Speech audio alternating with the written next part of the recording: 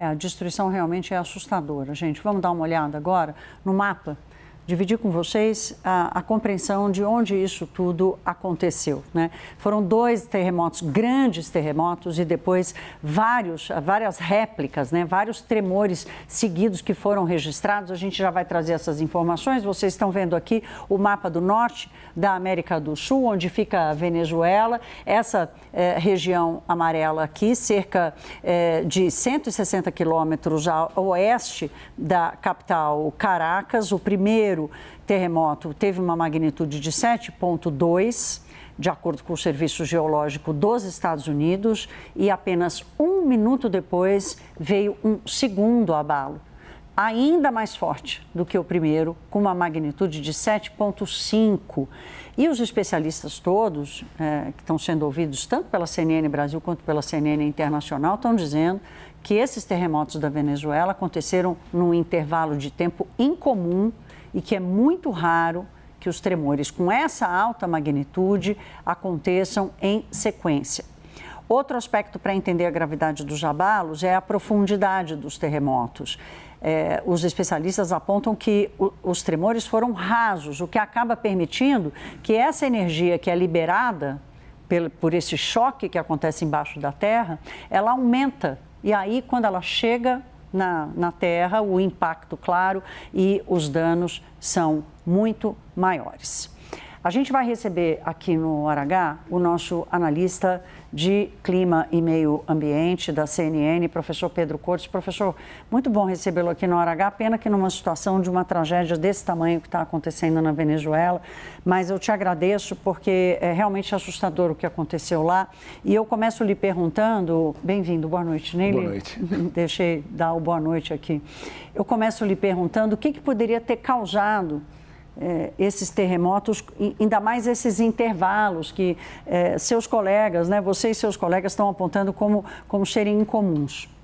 Foi um intervalo pouco usual, né, e principalmente devido à intensidade, porque são dois terremotos com intensidade acima de 7, isso é muito significativo, um intervalo muito pequeno e, como você bem relatou, a baixa profundidade, ou seja, o terremoto ele ocorre quando ocorre a ruptura das rochas que estão sob tensão.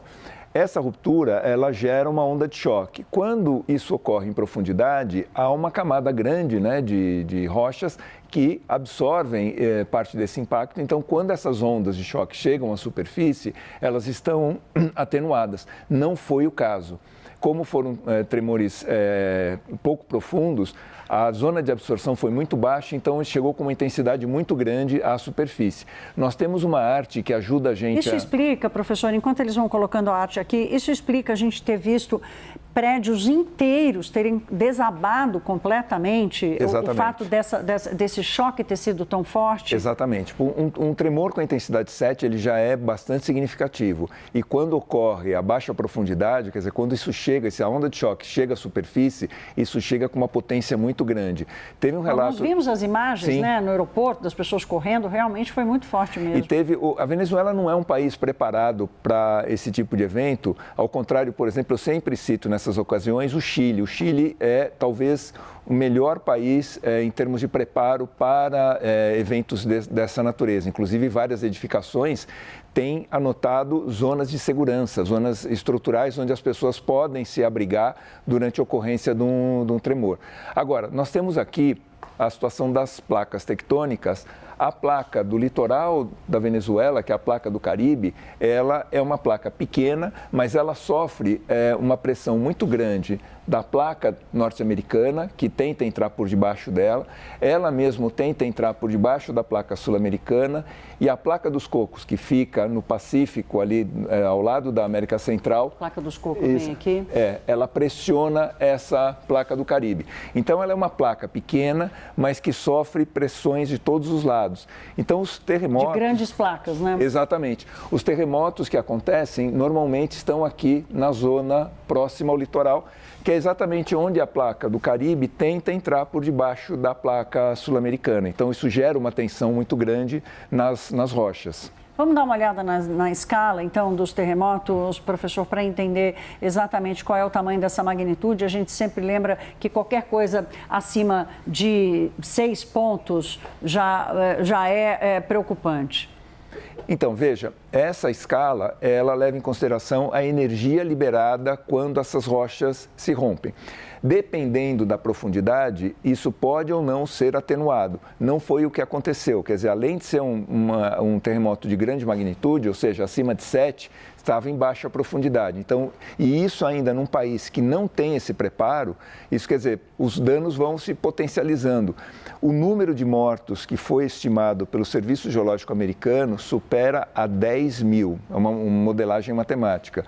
Eu acho muito exagerado a gente falar nesses números, mas só para dar uma dimensão do que pode se esperar, porque vários edifícios colapsaram, as pessoas que estão lá dentro... Era noite, né? As pessoas já estavam em casa, não era horário comercial. Era um feriado e parece que muitas pessoas estavam começando a assistir o Jogo do Brasil.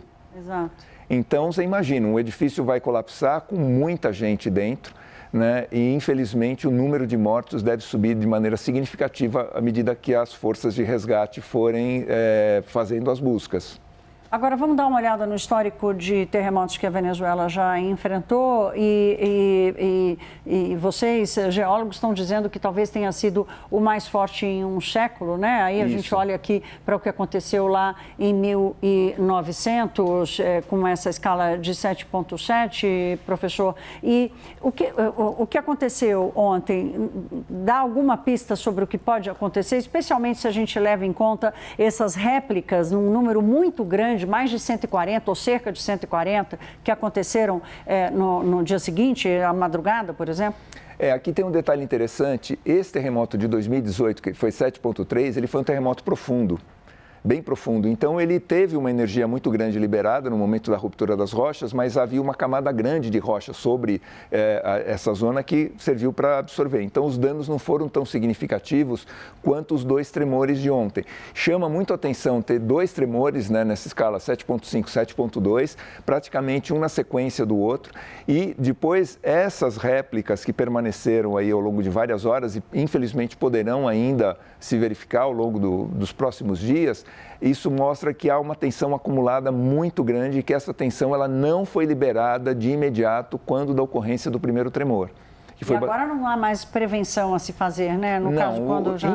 Infelizmente, os terremotos a gente não consegue prever com muita antecedência. Há estudos sendo aplicados, há técnicas aplicadas na Califórnia e no Chile, que possibilita avisar, por exemplo, com 30 segundos, 1 minuto de antecedência, o que seria suficiente num país preparado para a pessoa buscar abrigo dentro de uma edificação que tenha proteções específicas, mas é o máximo que se consegue e nem sempre com sucesso. Aqui, infelizmente, isso não foi possível e mesmo as edificações não têm esse preparo para suportar esse nível essa intensidade. Claro, o senhor está descrevendo um ambiente em que é preciso haver investimento, é preciso haver política pública consolidada, é preciso haver aprendizado da população, comandado, liderado pelo poder público e, infelizmente, a situação institucional e econômica da Venezuela não permite nenhuma dessas coisas.